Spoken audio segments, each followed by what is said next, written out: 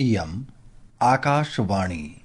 सम्प्रति वार्ताः श्रूयन्ताम्। प्रवाचकः पुनीतत्रिपाठी।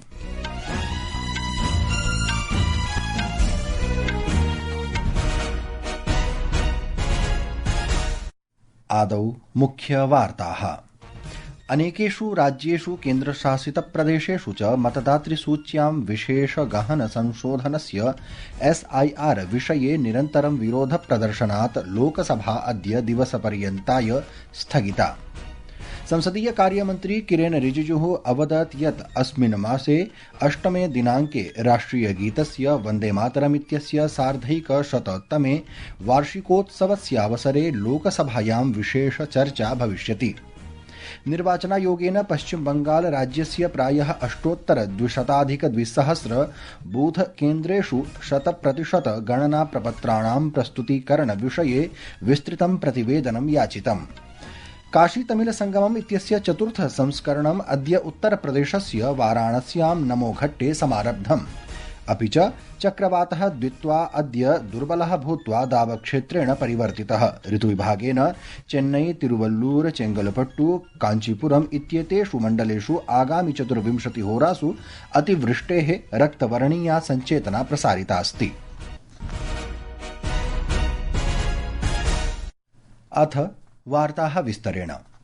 अनेकेषु राज्येषु केन्द्रशासितप्रदेशेषु च मतदातृसूच्यां विशेषगहनसंशोधनस्य SIR विषये निरन्तरं विरोधप्रदर्शनात् लोकसभा दिवसपर्यन्ताय स्थगिता। विपक्षस्य SIR विषये चर्चायाः आग्रहणानन्तरम् अन्ते दिवसपर्यन्तं स्थगनात् पूर्वं सभायां द्वौ स्थगनौ दृष्टौ। राज्यसभापि नियतकार्याणां समाप्तेः अनन्तरं दिनपर्यन्तं स्थगिता। अपराह्ने 2 द्वितीयस्थगनस्यानन्तरं यदा लोकसभायाः उपवेशनं पुनः आरब्धं तदा विपक्षस्य सदस्याः पुनः मध्ये आगत्य SIR विरुद्धम् उद्घोषणं कृतवन्तः।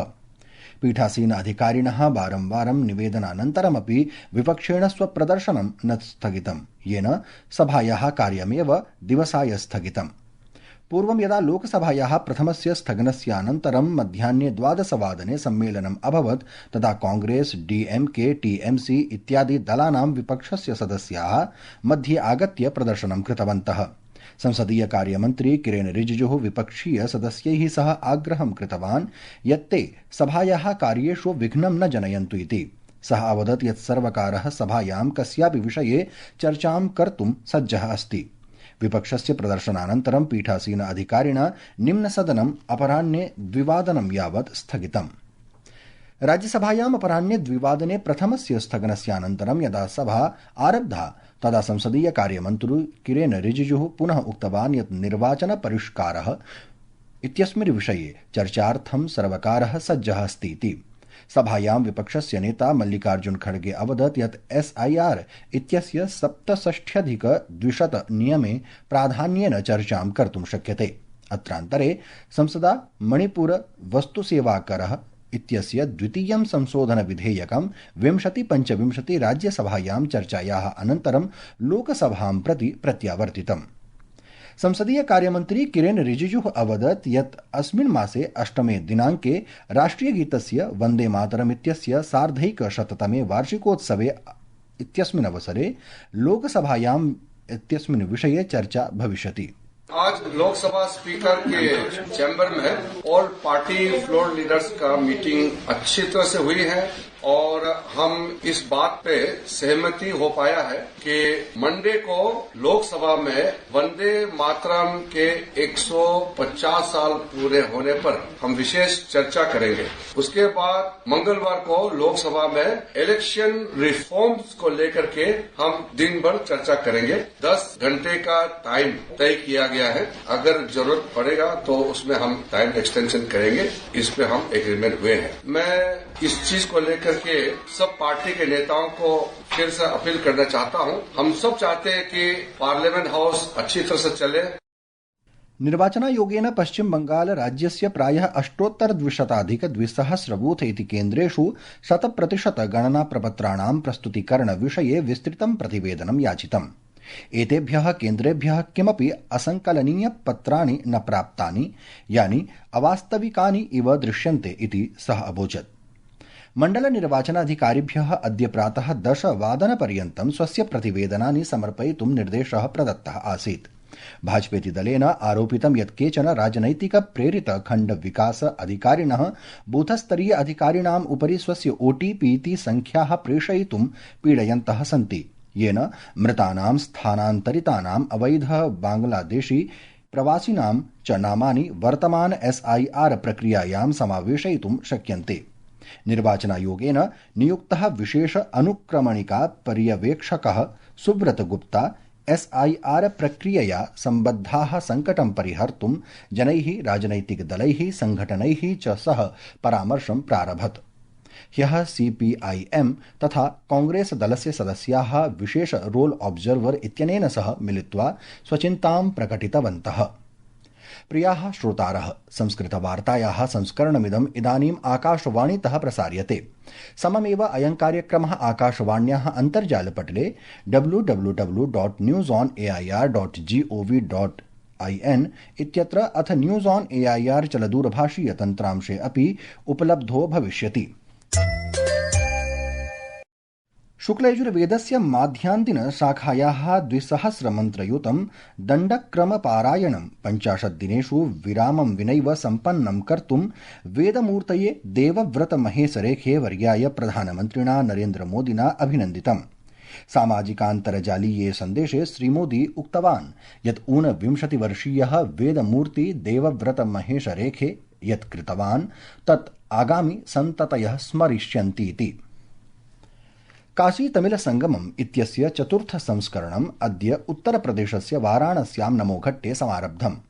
केन्द्रीय शिक्षामन्त्री धर्मेन्द्र प्रधानः, उत्तरप्रदेशस्य मुख्यमन्त्री योगी आदित्यनाथः च संयुक्तरूपेण अस्य कार्यक्रमस्य उद्घाटनं कृतवन्तौ, यस्य उद्देश्यम् उत्तर-दक्षिणयोः मध्ये सम्बन्धान् सुदृढं कर्तुमस्ति।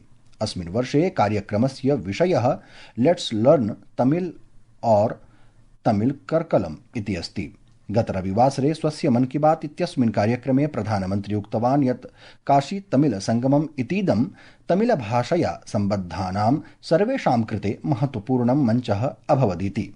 काशी तमिल संगमम उन सभी लोगों के लिए एक महत्वपूर्ण मंच बन गया है जिन्हें तमिल भाषा से लगाव है। काशी के लोगों से जब भी बात होती है तो वो हमेशा बताते हैं कि काशी तमिल संगमम का हिस्सा बनना उन्हें बहुत अच्छा लगता है। यहाँ उन्हें कुछ नया सीखने और नए नए लोगों से मिलने का अवसर मिलता है। इस बार भी काशीवासी पूरे जोश और उत्साह के साथ तमिलनाडु से आने वाले अपने भाई बहनों का स्वागत करने के लिए बहुत उत्सुक हैं।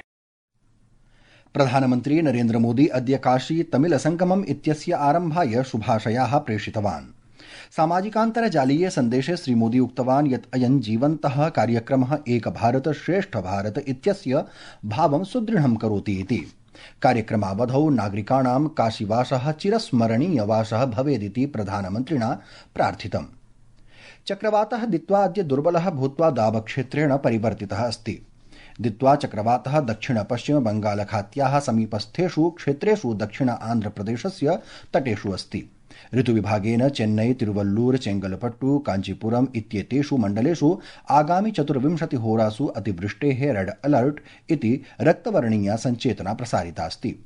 ऋतुविभागेन श्वः पर्यन्तम् अस्मिन् प्रदेशे मत्स्यपालनकार्याणि पूर्णतया अवरोधयितुं निर्देशः प्रदत्तः अस्ति।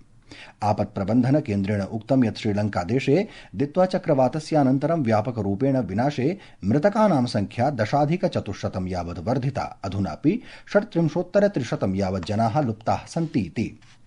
भाजपेति दलस्य वरिष्ठः नेता डॉक्टर प्रेमकुमारः 18तमे बिहार विधानसभायाः नूतनः अध्यक्षः निर्वाचितः।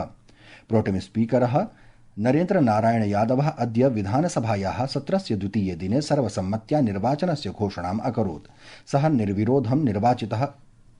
उल्लेखनीयं यत् भाजपेति दलस्य वरिष्ठः नेता डॉक्टर प्रेमकुमारः गया नगर विधानसभाक्षेत्रात् 9मवारं विधायकः निर्वाचितः अस्ति। सः पूर्ववर्तिषु अनेकेषु सर्वकारेषु विभिन्नेषु मन्त्रिपदेषु स्थितवान् अस्ति इति वार्ताः।